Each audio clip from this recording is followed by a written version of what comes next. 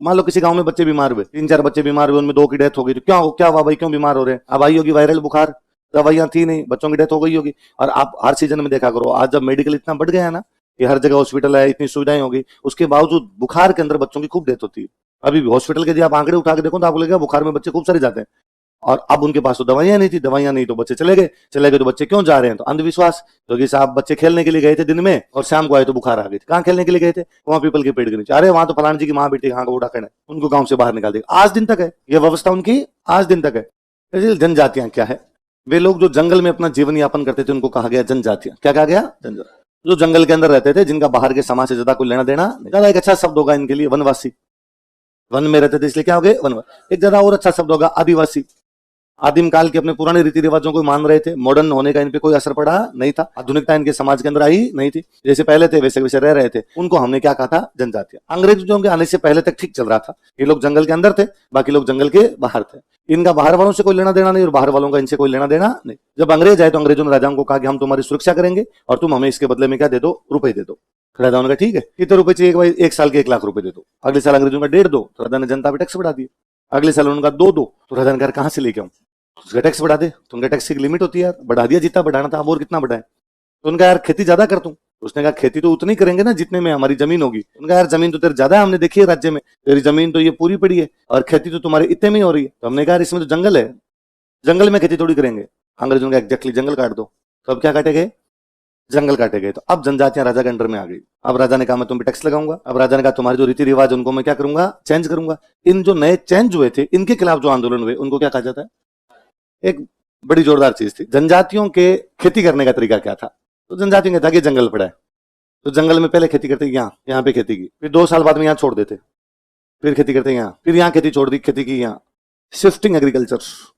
क्या बोलते हैं? एग्रीकल्चर को क्या कर रहे हैं? वो शिफ्ट। उनका ऐसा मानना था कि एक ही जगह पे ज्यादा खेती करेंगे तो जमीन खराब हो जाएगी, इसलिए थोड़े थोड़े दिनों में जमीन छोड़ देनी चाहिए और आगे जाके खेती करनी चाहिए। अपने गांव में अभी तक करते हैं ऐसे। अपने क्या आप शिफ्ट तो कर नहीं सकते भाई, जमीन तो उतनी है। तो अपने ये करते हैं, मान लो अपने 10 बीघा जमीन है, तो 8 बीघा में खेती करते हैं, 2 बीघा खाली छोड़ देते हैं। गाँव में कहते हैं पड़त है, क्या रख दी? पड़त। अलग अलग जगह अलग अलग नाम हो जाए, पड़त रख दी भाई, इसमें हम खेती करेंगे नहीं। 2 साल तक उसमें खेती नहीं करते, 2 साल बाद इसमें 2 बीघा में करेंगे, उधर वाली में से कोई 2 बीघा छोड़ देंगे। ऐसा माना जाता है कि यदि जमीन को थोड़े समय के लिए छोड़ दिया जाए तो जमीन अपनी प्रोडक्टिविटी जो होती है वापस प्राप्त कर लेती है, उत्पादकता होती है जो वापस प्राप्त कर लेती है। और एक ही जगह लगातार करोगे तो जमीन क्या हो जाएगी? खराब।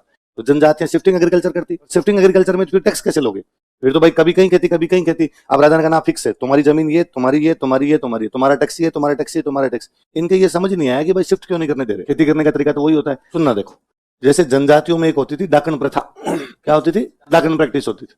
किसी भी महिला को गांव में डाकन घोषित करते बाहर निकाल देते। ये महिला बच्चों को, मान लो किसी गांव में बच्चे बीमार हुए, 3-4 बच्चे बीमार हुए, उनमें 2 की डेथ हो गई, तो क्या हुआ भाई, क्यों बीमार हो रहे हैं? अब आई होगी वायरल बुखार, दवाइयां थी नहीं, बच्चों की डेथ हो गई होगी। और आप हर सीजन में देखा करो, आज जब मेडिकल इतना बढ़ गया है ना कि हर जगह हॉस्पिटल है, इतनी सुविधाएं होगी, उसके बावजूद बुखार के अंदर बच्चों की खूब डेथ होती है। अभी भी हॉस्पिटल के यदि आप आंकड़े उठा के देखो तो आपको लगेगा बुखार में बच्चे खूब सारे जाते हैं।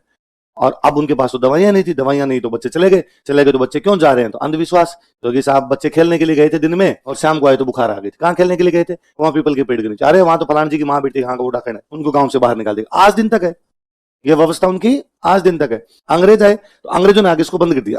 अंग्रेजों राजा का, मेवाड़ में एक राजा स्वरूप सिंह, कौन है? हमने पढ़ा दोस्ती लंदन वाले। तो उन्होंने इस पे क्या लगा दी? रोक। जनजातियां से नाराज थी। जनजातियों ने कहा भाई लुगाई तो हमारी, हमें पता है ना है कि नहीं है, तुम कैसे बताओगे डाकड़ है या नहीं है? वो जो मैंने उधर बताया था आपको, 57 क्रांति वो यहाँ पर भी था। जो ईसाई मिशनरी थे वो इन क्षेत्रों में सबसे अधिक घूम रहे थे। और मिशनरी जब मैंने बताया था, अंग्रेज जब इंडिया में आए तो उनका यहाँ पे लक्ष्य था 3G। क्या था? गोल्ड, ग्लोरी और गोल्ड। क्या क्या बताओ? 3। व्यापार करेंगे, सोना कमाएंगे, कब्जा करेंगे, ग्लोरी मिलेगी, लोगों को ईसाई बना देंगे तो अपने गॉड का क्या होगा? प्रचार प्रसार होगा। लोगों को ईसाई बना रहे थे और अपने यहाँ जनता बढ़ नहीं रही थी, अपने यहाँ जनता उनकी बातें मान नहीं रही। और लोग करे भाई तुम्हारे वाले भगवान को क्यों माने, हमारे तो खुद के खूब सारे हैं, इतने नहीं धोखे जा रहे हैं, कौन सा और नया धोखे हम। तो उनको लगा जनजातियां जो थी ना, ये बाकी वाले समाज की तरह नहीं थी। ये बाकी वाला समाज जैसे कोई मंदिर बना रहा था, पूजा कर रहा था, ये वैसे नहीं करते। इनके वैसे देवता अलग टाइप के थे कि पेड़ पौधों की पूजा कर ली, पहाड़ की पूजा कर ली। लगा इनका सिस्टम अलग है। इनको यदि बाइबिल पकड़ा दी जाए तो ये सारे के सारे क्या बन जाएंगे? ईसाई। इन लोगों में उसका बड़ा रिएक्शन दिखाई दिया बाद में, अरे ऐसे कैसे कर सकते हो तुम, और धर्म कैसे चेंज कर सकते हो? ईसाई मिशनरी इनका धर्मांतरण कर रहे थे। इन लोगों में उसके खिलाफ क्या था? असंतोष, आक्रोश। क्या मतलब होता है अंतरण का? बदलना। अंतरण का मतलब क्या होता है? स्थान बदलना, स्थानांतरण। यदि आपका धर्म बदला जा रहा है तो क्या हो गया? धर्मांतरण। तो सामाजिक रूप से इसलिए नाराज है कि सामाजिक रीति रिवाजों में इंटरफेयर किया जा रहा है, और इस रूप से इसलिए नाराज है क्योंकि उनका जो धर्म था वो क्या किया जा रहा था, बदला जा रहा था। उनकी जो जुडिशरी थी वो भी अलग थी, क्योंकि राजा के नियम लागू होते नहीं थे। उनका ट्राइबल समाज अलग था, उसकी जुडिशरी अलग थी, उसकी न्याय व्यवस्था अलग थी। इन्होंने उस न्याय व्यवस्था को बदल दिया। जैसे मैं बता, जनजातियों में एक नियम था, आज दिन तक चलता है उनके, मोताना क्या था, ब्लड मनी। मोताना क्या है, मान लो दो ट्राइबल ग्रुप है, एक ट्राइबल ग्रुप ये, एक ट्राइबल ग्रुप ये। इस ट्राइबल ग्रुप ने इस ट्राइबल ग्रुप का एक बंदा मार दिया, एक बंदा मार दिया, तो अब ये जाएंगे वापस कि हमारा एक बंदा मारा, हम तुम्हारे दो मरेंगे। तो उन्होंने कहा भाई पंचायती करो यार, निपटाओ मामले को। ठीक है, फिर रुपए दो, हमारा जो बंदा मारा उसके बदले में क्या दो, रुपए। मौत के बदले में धन, क्या हो जाएगा, मौत। फिर बाकायदा पंचायती, तो भाई कितने रुपए लोगे, तो देखो भाई आदमी कितने का था, 1 लाख रुपए देने पड़ेंगे। नहीं नहीं, पतला ही था, इतने रुपए का थोड़ी आता है, 40,000 में बात कर लो। फिर फाइनली बैठ के 60-70,000 में निपटारा किया गया। अब आए अंग्रेज, अंग्रेजों को पता चला कहीं पे मर्डर हो गया। अंग्रेज गए, पूछा जाके मर्डर किसने किया, हाथ खड़ा गया, मैंने किया। पकड़ो जेल में डालो। उसने कहा किस बात का, मोताना दे दिया मैंने। मोताना दे दिया तो आप कैसे, अंग्रेजों ने कहा तू चल। अंग्रेजों ने कहा मारने का अधिकार दो ही लोगों के पास है, या तो हमारे राम और या हमारे राज। कौन कौन मारे, या तो हमारे राम या हमारे, मतलब या तो भगवान ही मार दे किसी को, या सरकार मारे। सरकार किसी को फांसी लगाए, सरकार के कानून होते हैं, जो कानून तोड़ेगा उसको क्या लगाई जाएगी, फांसी। तीसरे किसी आदमी को मारने का अधिकार है, और तीसरा आदमी यदि कोई मारता सजा भुगतेगा। जनजातियों के समझ में नहीं आई कि जब रुपए दे दिए तो जेल किस बात की। जनजातीय इलाकों में एक पौधा होता है महुआ, कौन सा होता है, शराब बनती है। क्या बनती है, जनजातियां मऊडे की दारू निकालती और पीती, अपनी निकालती और अपनी पी लेती। अब जब अंग्रेजों के कॉन्टेक्ट में, मतलब राजा के कॉन्टेक्ट में, तो राजा ने कहा मऊए से शराब नहीं बनाओगे तुम। क्यों भाई, इसमें तुम्हारी क्या दिक्कत है कि नहीं। भारत में आज दिन तक, मौर्य काल से लेकर आज दिन तक, कब से कब तक, कब से कब तक, शराब बनाने का अधिकार केवल सरकार के पास है। दारू केवल कौन बना सकती है, और कोई भी शराब बना नहीं। दो कारण है उसके। एक कारण तो है कि हर कोई शराब बनाएगा, शराब केमिकल रिएक्शन से बनती है, हो सकता है केमिकल ज्यादा गिर जाए, शराब जहरीली हो जाएगी, लोग मर जाएंगे। अभी भी अखबारों में कई बार आती है जहरीली शराब पीने से 2 मरे 4 मरे, इस प्रकार की। फिर ज्यादा बन गई तो लोग मर सकते हैं। एक तो ये कारण सरकार कहती है हम बनाएंगे तो केमिकल सही मिलाएंगे, तुम घर पे बनाओगे हो सकता है केमिकल ज्यादा मिला दो, लोग मर सकते हैं। दूसरा ये है, शराब सबसे अधिक टैक्स देने वाली चीज है। सरकार को सबसे अधिक टैक्स मिलता है, तो किससे मिलता है, सरकार उस टैक्स को छोड़ना। तो इसलिए हर सरकार, भले वो राजा की सरकार थी, भले अब वाली सरकारें हैं, वो चाहती है शराब हम बनाएंगे ताकि लोगों से हम क्या लेंगे। तो इसलिए कोरोना के अंदर सबसे पहले ठेके खोले गए थे। कोरोना में सब कुछ बंद हो गया, तो सरकार की टैक्स आना क्या हो गया, बंद। सरकार करेगी क्या, सरकार के पास टैक्स नहीं आएगा, कर्मचारियों की सैलरी, सरकार के खर्चे। तो सरकार ने फिर एक दिन अखबार में आया, सब कुछ बंद पड़ा है, एक दिन अखबार में आया कि सरकार ने कहा कि ज्यादा जरूरत वाली चीजें शुरू की जाएगी। तो हमें लगा कोचिंग शुरू कर देंगे, भाई सबसे ज्यादा जरूरत शिक्षा की है, तो स्कूलें शुरू होगी, कोचिंग शुरू होगी। फिर अगले दिन उन्होंने ठेके खोल दिए। तब पता चला कि सबसे अधिक आवश्यकता किस चीज की है, अति आवश्यक सेवाएं प्रारंभ की गई। तो सबसे अधिक आवश्यकता किसकी है, शराब की। इसलिए सरकार ने क्या खोले, सबसे पहले ठेके। और कितने भले लोग होते हैं शराबी, कोई भी शराबी ठेके पे लड़ा नहीं। 2 गज की दूरी पूरा पालन, दूर दूर खड़े थे, मास्क लगा के खड़े थे, आराम से शराब खरीदी। उन्होंने कोई लड़ाई झगड़ा, उन्होंने कहा भाई अर्थव्यवस्था लड़खड़ा रही है भारत की, हम खुद लड़खड़ा लेंगे। फिर अर्थव्यवस्था को लड़खड़ाने रोका, उन्होंने अर्थव्यवस्था को बचाया। शराबियों को थैंक यू बोला जाना चाहिए। ये देश को बचाने में मुख्य योगदान किसका था। और तो मध्य प्रदेश के एक अधिकारी थे, उनका एक बयान बड़ा पॉपुलर हुआ था। एक्साइज ऑफिसर थे वहां के, कौन से, दर वाले जो ऑफिसर होते हैं उनको बोलते हैं एक्साइज ऑफिसर। क्या बोलते हैं, तुम बनोगे, तुम्हारा जब आरएस में सिलेक्शन होगा, तुम्हारे में से कहीं एक्साइज ऑफिसर बनोगे। क्या बनोगे, तो एक एक्साइज ऑफिसर थे, उनका बयान बड़ा पॉपुलर हुआ। उनसे पूछा गया कि ठेके खोल दिए, यहाँ पे कोरोना फैल जाएगा लोगों में। उनका नहीं, हम केवल दारू की बोतल उनको देंगे जिनकी वैक्सीन नहीं लगी, उनको शराब देंगे। तो कैसे पता करोगे, तुम चेक करोगे क्या वैक्सीन लगी कि नहीं लगी, हम पूछेंगे उससे कि क्या तुम्हारी वैक्सीन लगी या नहीं। यदि उसके नहीं लगी तो हम उसको शराब ही नहीं दे। तो कोई आदमी झूठ बोल जाएगा, उनका नहीं, शराबी झूठ नहीं बोला। क्या इज्जत बख्शी है इस आदमी ने। अंग्रेज जब आए तो अंग्रेजों ने महुआ वाली शराब पे क्या लगा दी, रोक। जनजातियां बहुत नाराज थी। जनजातियों ने ये क्या तरीका है, मतलब एक आदमी पूरे दिन काम करे, रिझे पचे, 12 घंटे परिश्रम करे और शाम को थोड़ा बहुत चिल भी ना करे। कहते ना, अभी नई सरकार बनने के बाद में, बीजेपी सरकार बनने साल भर हुआ है, उसमें अपने जनजातीय क्षेत्र से आने वाले एमएलए साहब खड़े हुए विधानसभा में, और उन्होंने खड़े होकर कहा कि हमें शराब बनाने का अधिकार वापस दो, आदिवासियों को शराब बनाने का अधिकार मिलना चाहिए। सरकार ने कहा क्यों मिलना चाहिए, तो उन्होंने कहा हमारे ये ट्रेडिशन है, जैसे मैं मेरी बहन के घर पे जाता हूं तो मुझे 5 बोतल दारू लेके जानी पड़ेगी। यदि मैं नहीं लेके जाऊंगा तो मेरी बहन के ससुराल वाले बहन को ताने मारते हैं, ये तेरा भाई फकीर आ गया बिना दारू लिए हुए। अब मैं क्या करूंगा, दारू की बोतल कहां से खरीदूंगा, ठेके से खरीदता हूँ, रुपए ज्यादा लगते हैं, वरना हम बनाएंगे, हमारी देंगे, हमारी पियेंगे, इसलिए हमारे रुपए कम लगेंगे। क्यों मार रहे हो आप हमें, हमारी ट्रेडिशन चेंज नहीं हो सकता, खर्चा ज्यादा हो जाता है। तो सरकार ने कहा ना, फिर तो हर तीसरा आदमी कहेगा हमारी ट्रेडिशन आज ही बनाया, हम भी भाई साहब बहन को देखे आएंगे, इसलिए शुरू नहीं किया जा सकता। बाकी जनजातियों की मांग अभी तक है। जनजातियां इस बात से भी परेशान थी कि पहले जंगल में जब वो रहते तो जंगल की लकड़ियां कौन लेगा, जनजातियां, फल फूल कंद मूल कौन लेगा, जनजातियां। अब राजा ने कहा मैं लूंगा, अभी लकड़ियां तुम नहीं काट सकते, लकड़ियां मैं लूंगा, जितने भी फल फूल है मुझे ला के दो। तो वन में उनके जो भी अधिकार थे वो क्या कर दिए गए थे, समाप्त। देखो, जनजातियों के वन अधिकार समाप्त कर दिए गए थे। Forest rights of tribes were ended, forest rights of tribes were ended. जनजातियों के वन अधिकार समाप्त कर दिए गए थे, forest rights of tribes were ended. जनजातियों के वन अधिकार समाप्त कर दिए गए थे। भारत में पहली जनगणना, जनगणना समझते हो ना, पहली जनगणना हुई थी 1881। कब हुई थी? और वही जो एक दिन पहले भी हम बात कर रहे थे कि भारत में पहली बार जो भी काम होता है उसका विरोध हो जाता है।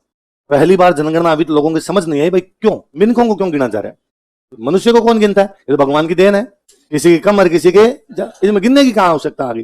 फिर एक आधा कोई आप जैसा सियाना आदमी था, उसने कहा मैं बताता हूं क्यों गिन रहे हैं।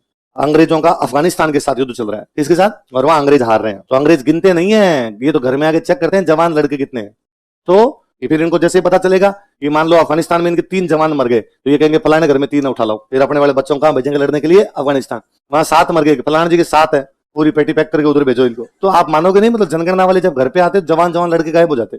जनगणना वालों का घर के सदस्य बाहर आओ तो या तो बच्चे या बूढ़े, अरे बीच में कहां गए, होते ही नहीं, डायरेक्ट इधर से इधर।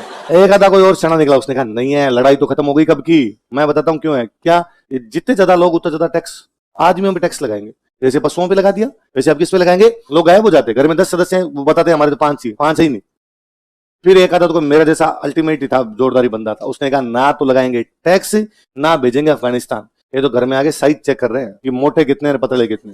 क्यों? कि फिर मोटे आदमी को मोटी लुगाई, पतले आदमी को पतले लुगाई दो। ये जो गलत तरीके से साइज डिस्ट्रीब्यूशन हो रखा है, ये चेंज किया जाएगा। अब फालतू में भाई साहब गीत गाने पड़ते हैं, महीने भीतर बन जाएगी तेरी सॉलिड बॉडी रहे, ये अब गीत गाए नहीं जाएंगे। डूंगरपुर बांसवाड़ा वाला जो इलाका उसको बोलते हैं वागड़। उस वागड़ इलाके में एक जनजाति रहती है अपने भील। कौन सी जनजाति है? तो ये आंदोलन कौन से क्षेत्र में हुआ, कौन सी जनजाति ने किया? एक लिखो गोविंदगिरी। डूंगरपुर में एक गांव है, उस गांव का नाम है वेदसा। उस गांव में एक बंजारा परिवार में जन्म हुआ था। हुआ क्या था, इनकी वाइफ की डेथ हो गई थी, बच्चों की डेथ हो गई। घर में ज्यादा डेथ हो तो व्यक्ति सन्यासी टाइप का हो जाता है। बाबा जी बन गए थे, अपना गुरुजी बना लिया था राजगिरी, और यूं बाबा जी बन गए। गांव के बाहर धूना जचाते, धूना समझते हो, अग्निकुंड सा बना के मंत्र वगैरह बोलते अपने वहां बैठे रहते। गांव के लोग जाते, उनको यूं थोड़ी बातें बता दिया करते। उन्हीं दिनों अपने राजस्थान में एक बहुत बड़े समाज सुधारक आए हुए थे, स्वामी दयानंद सरस्वती। कौन आए हुए? उदयपुर आए हुए। कहां पे आए हुए? डूंगरपुर पास में पड़ता है, तो ये भी उदयपुर, वहां पे उनके उपदेश सुनने के लिए आए, तो उनसे बड़े प्रभावित हुए। और स्वामी दयानंद सरस्वती उस समय कह रहे थे कि अंग्रेज हमारे देश में हम लोगों को ईसाई बना रहे हैं और हमें ईसाई बनने की आवश्यकता।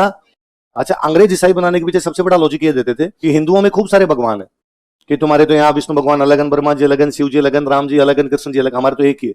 हमारे एक भगवान को पूज लो, आपको अलग अलग पूजने की आवश्यकता। और हम उससे बड़ा फील करते हैं कि हाँ यार ये तो अपनी कमियां बताते हैं, फिर वो और 10 कमियां निकाल के लाते हैं, यार तुम्हारे कोई भगवान किसी टाइप का है, कोई भगवान किसी टाइप का है। तो स्वामी दयानंद सरस्वती वो पहला व्यक्ति इसने कहना शुरू किया कि हमारे भी एक ही भगवान है, हमारे भी एक से अधिक भगवान है, ब्रह्म सत्यम जगत मिथ्या। क्या बोलो, देखे, एकमात्र सत्य वो भगवान ब्रह्म है जो जगत में, संसार में जो दिखाई दे रहा है, राम जी अलग, कृष्ण जी अलग, ये सही नहीं है। हमारे वेदों में लिखा हुआ ब्रह्म सत्यम, एकमात्र सत्य कौन है? ब्रह्म। हमने उसके अलग अलग नाम दी थी, कोई उसको राम बोलता है, कोई उसको कृष्ण बोलता है, कोई उसको विष्णु बोलता है, कोई उसको ब्रह्मा बोलता है। बाकी भगवान हमारा भी क्या है? एक, निर्गुण निराकार है। और निर्गुण निराकार, निर्गुण का मतलब है उसके गुणों के बारे में हम जानते नहीं, गुणों के बारे में। अब यदि आप किसी व्यक्ति के गुणों के बारे में नहीं जानते, शक्ल के बारे में नहीं जान सकते, क्या उसकी फोटो बना सकते हो, या उसकी मूर्ति बना सकते हो? तो काम मूर्ति पूजा नहीं करनी। तो आप भगवान को राजी करने के लिए क्या करेंगे? यज्ञ। क्या करो? तो आर्य समाज किस पे बल दे रहा था? यज्ञ। अब कोई आपको ईसाई आके कहे यार तुम्हारे तो खूब सारे भगवान, हमने कहा नहीं है, एक ही है, ब्रह्म सत्यम जगत। अरे नहीं नहीं, तुम तो मूर्ति पूजा करते हो ना, बंद कर दी, कल साइड में रख दी मूर्तियां, हम तो यज्ञ कर रहे हैं। तो अगले बंदे के लॉजिक ही क्या हो जाएंगे? समाप्त। तो उन्होंने कहा था एकेश्वरवाद। क्या कहा था? हम एक ईश्वर को मानने वाले, अलग अलग लोगों को मानने वाले। गोविंदगिरी को ये बात बड़ी समझ में गई, हाँ यार ये ईसाई मिशनरी आके अपने को भी यही कहते हैं, जनजातियों को भी, ये देखो यार तुम कभी तो पेड़ पौधों को पूज लेते हो और कभी पहाड़ को पूज लेते हो और कभी ये तो गलत तरीका है। तो इन्होंने कहना शुरू किया हम भी एक ईश्वर को मानते हैं, दूसरे ईश्वर को मानते नहीं है, और ईश्वर के लिए हमें मूर्तियों की आवश्यकता नहीं, किसी मंदिर जाने की आवश्यकता नहीं, किसी पुजारी की आवश्यकता नहीं, हम भगवान के भगत हैं, हम भगवान के। इसलिए आंदोलन का नाम क्या है? इसलिए देखो गोविंदगिरी के अलावा दूसरे बंदे का नाम क्या है? सुरजीत भगत। क्या नाम है? तो ये किससे प्रभावित हो, किस प्रकार की बात कर रहे हैं? स्वामी दयानंद सरस्वती। अच्छा, एक तो बिलों में समस्या ईसाई मिशनरियों वाली थी तो दूर हो जाएगी, आप भगवान के भगत, तो आपको अलग कहीं जाने की आवश्यकता। दूसरा रहता है इनमें लड़ाइयां होती। अभी मोतानार पड़ रहे हैं, मोतानार कब होगा? जब आपस में क्या होगी? लड़ाई। तो इन्होंने कहा भाई आपस में लड़ता है। संपत्ति का मतलब क्या होता है? एक जो वर्ड है इसके 2 मतलब होते हैं, एक तो होता है धन। क्या होता है? तुम्हारे पास कितनी संपत्ति है, इसका एक मतलब होता है प्रेम। क्या मतलब होता है? आपस में गांव में कोई भाई भाई लड़ते हैं तो कहते हैं भाई रे लड़ो मत, आपस में संपत्ति होनी चाहिए। अब अपने से पूरा संपत्ति बोला नहीं जाता, इसलिए कई बोलते संपत, आपस में संपत रखना चाहिए। कईयों से संपत्ति नहीं बोला जाए तो वो कह देते संप, आपस में क्या रखना चाहिए? संप। जोधपुर वाले सह को है बना देते, हम्प रखो, हम लड़ो मत भाई रे, हम्प रखो। तो वो हम्प नहीं है, वास्तव में क्या है? संप। वो संप नहीं है, वास्तव में क्या है? संपत्ति का मतलब क्या होता है? प्रेम। क्या होता है? प्रेम। दूसरा मतलब क्या होता है? इसका मतलब हमने प्रेम को धन माना है, हमने प्रेम को पायो जी, मैंने प्रेम रतन धन पायो। आपस में प्रेम भी है तो वो भी क्या अपने आप में धन। एक व्यक्ति के पास खूब सारा धन है लेकिन उसके जीवन में प्रेम नहीं है तो कोई मतलब है। एक व्यक्ति के पास धन की कमी है लेकिन जीवन में प्रेम है तो भी सुख शांति है। तो हमारी जनता ने, हमारे बुजुर्गों ने ये माना, पूर्वजों ने माना कि भाई प्रेम जो होता है वो किसके समान होता है। तो हमने संपत्ति के दो अर्थ लगाए, प्रेम भी लगाया और धन। इन्होंने भी कहा कि भाई ठीक है हम गरीब लोग हैं, पैसे नहीं होंगे, लेकिन आपस में क्या रखेंगे, प्रेम, आपस में लड़ेंगे नहीं। तो इन्होंने एक सभा बनाई थी, संप सभा। क्या बनाई? लड़ो मत, आपस में प्रेम रखो, संप रखो आपस के अंदर। 1883 में कब बनाई गई? अब क्या मान लो लड़ाई हो ही जाए तो क्या करें? तो क्या सरकार के पास जाने की आवश्यकता नहीं, अपनी खुद की पंचायत होनी चाहिए। अंग्रेजों की सरकार के पास सर जाते हैं, राजा की सरकार के पास जाते हैं, ये लोग हमारा शोषण करते हैं इसलिए इनके पास जाएंगे, इसलिए गांव गांव में बना दी पंचायत। पहले तो लड़ना ही नहीं है, समसभा अपने, लड़ाई हो जाए तो अपने आपस में क्या कर लेंगे, पंचायती। फिर भी मान लो पंचायती की बात भी कोई लड़ ली है तो पुलिस के पास जाना पड़ेगा। इनका ना पुलिस के पास नहीं जाना, अपनी पुलिस होगी, उस पुलिस के पास जाते हैं, वो फिर हमारा शोषण करती है, इसलिए गाँव में बनाएंगे कोतवाल। क्या बनाएंगे? नहीं, कोतवाल का मीनिंग होता है पुलिस। हाँ, अब उनको बोलने लग गए। पहले उनका किसी टाइम में उनका काम था चौकीदारी, गांव की चौकीदारी था, तो पुलिस था उस टाइम की गांव की। तो गांव की पुलिस, पुलिस को क्या बोलते थे? बोलो, पहले थानों के नाम होते हैं यार, कोतवाली, थानों के नाम थे कि कोतवाली। हिंदी में मुहावरा नहीं सुना, उल्टा चोर, तो कोतवाल का मतलब पुलिस, चोर पुलिस ही तो होता है, उल्टा चोर पुलिस को डांटे, इसलिए क्या हो गया, उल्टा चोर कोतवाल। हिंदी में मुहावरा होता है सैया भई कोतवाल तो डर कहेगा। बोलो कि सैया कोतवाल बन गए तो डरने का, मेरा बलम थानेदार। वो गलत बात है। यदि किसी का बलम थानेदार होगा तो जिप्सी चलाएगा, इसका मतलब उसका बलम कांस्टेबल है। वो झूठ बोल रही है कि मेरा बलम क्या है। और आजकल तो जिन जिन के बलम नए नए थानेदार बने हैं उनको नींद नहीं आ रही भाई साहब, सरकार पता नहीं कब बलम को घर भेज दे, है ना। ऐसा ही वाली भर्ती का चल रहा है कुछ ऐसा। चलो, तो क्या क्या गांव में क्या बनाई गई? पंचायत। क्या नियुक्त किए गए?